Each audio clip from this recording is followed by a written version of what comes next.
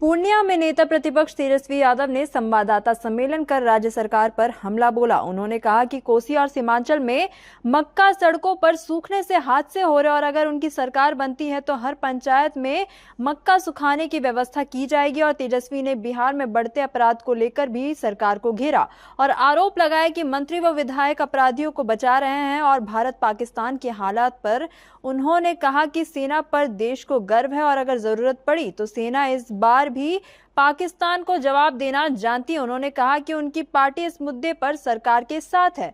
साफ तौर पर कहना है कि कोर्ट के साथ जो है छेड़छाड़ जो है वो की गई।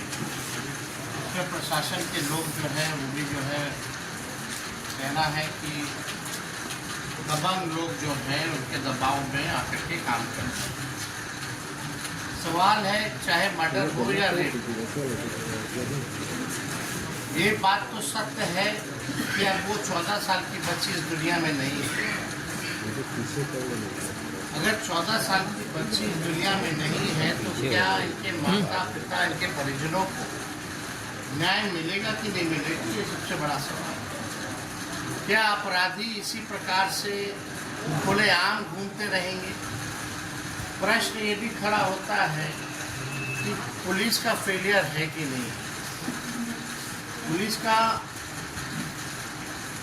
जो रोल होना चाहिए इस जांच को लेकर के उस प्रकार से कोई गंभीर नहीं। यानी हमारे बिहार प्रदेश में छोटी मासूम बच्ची के साथ मर्डर कर दो, रेप कर दो और पुलिस प्रशासन को कोई मतलब नहीं है जांच, निष्पक्ष जांच करने में या परिजनों को न्याय दिलाने में। तो पुलिस का मतलब क्या रहेगा? तब तो पुलिस का नाम ही बदल देना चाहिए, कोई मतलब ही नहीं। अगर आप दबंगों के दबाव में अगर आकर के काम करेंगे तो लोगों को न्याय कहाँ से मिलेगा?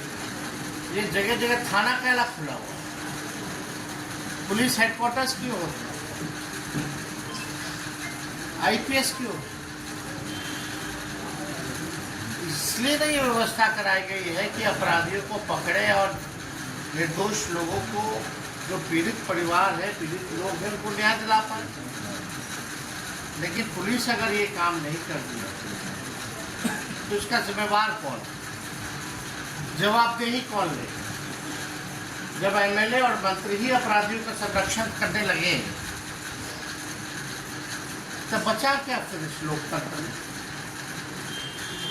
तो ये दर्दनाक घटना है और छोटी बच्ची है। हम लोग प्रशासन से भी मांग करते हैं कि इनको न्याय दिलाएं। आखिर ये कब का मामला है? फरवरी का। अब तक यानी कोई अपराधी नहीं पकड़ा गया और जो पकड़े गए उसको भी बोलता है कि निर्दोष है। तो इनका सवाल तो जायज है ना कि भाई आखिर दोषी कौन है।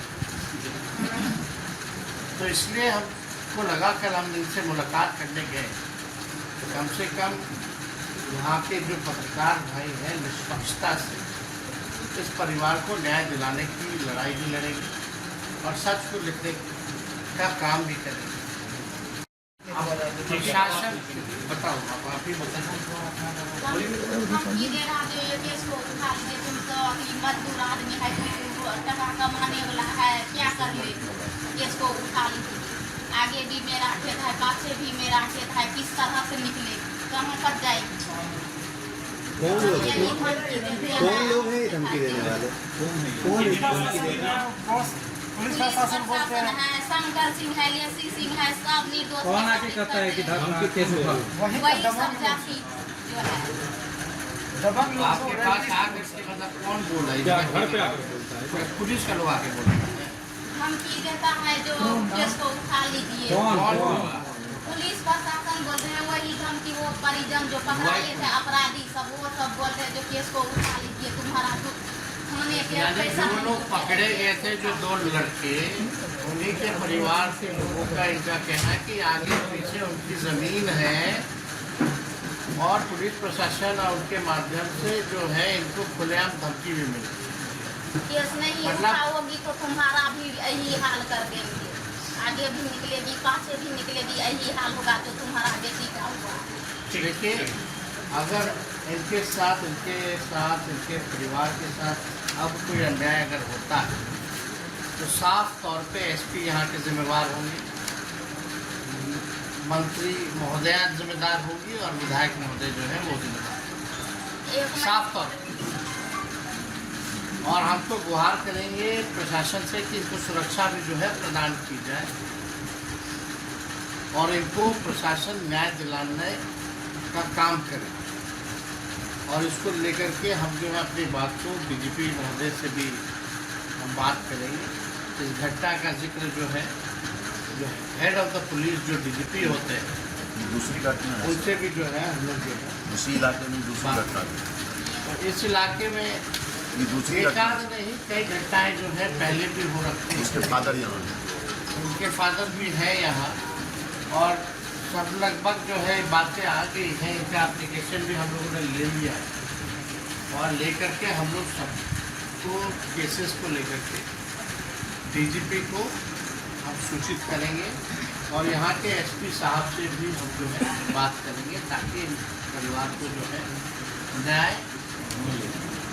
और ये एक नहीं कई एक्सीडेंट्स जो है इस प्रकार के होते हैं जो सरकार को चिंता करने की आवश्यकता है।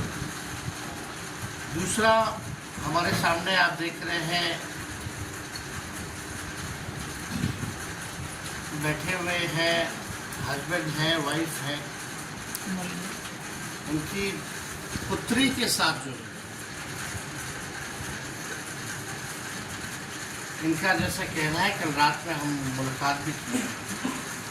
14 साल की पुत्री रही, इनके साथ इनके पुत्री के साथ बलात्कार हुआ, इनको जान से मार दिया गया, लेकिन कार्रवाई के नाम पे जीरो। जो मुख्य आरोपी है उनको छोड़ा जा रहा है और पुलिस प्रशासन भी जो है इनको न्याय नहीं दिला रहा बल्कि अपराधियों को ही संरक्षण देने का काम कर रहा है। और इस तरह के हादसे अति पिछड़ा परिवार, धार्मिक परिवार से आते हैं और इस तरह का हादसा होता है तो न्याय गरीबों को जो है मिलना चाहिए। पॉक्सो धारा जो थी वो भी हटा दिया गया है। पोस्टमार्टम रिपोर्ट जो है उसको भी जो है कहा जा रहा है कि रिपोर्ट जो है ढंग का नहीं आया है।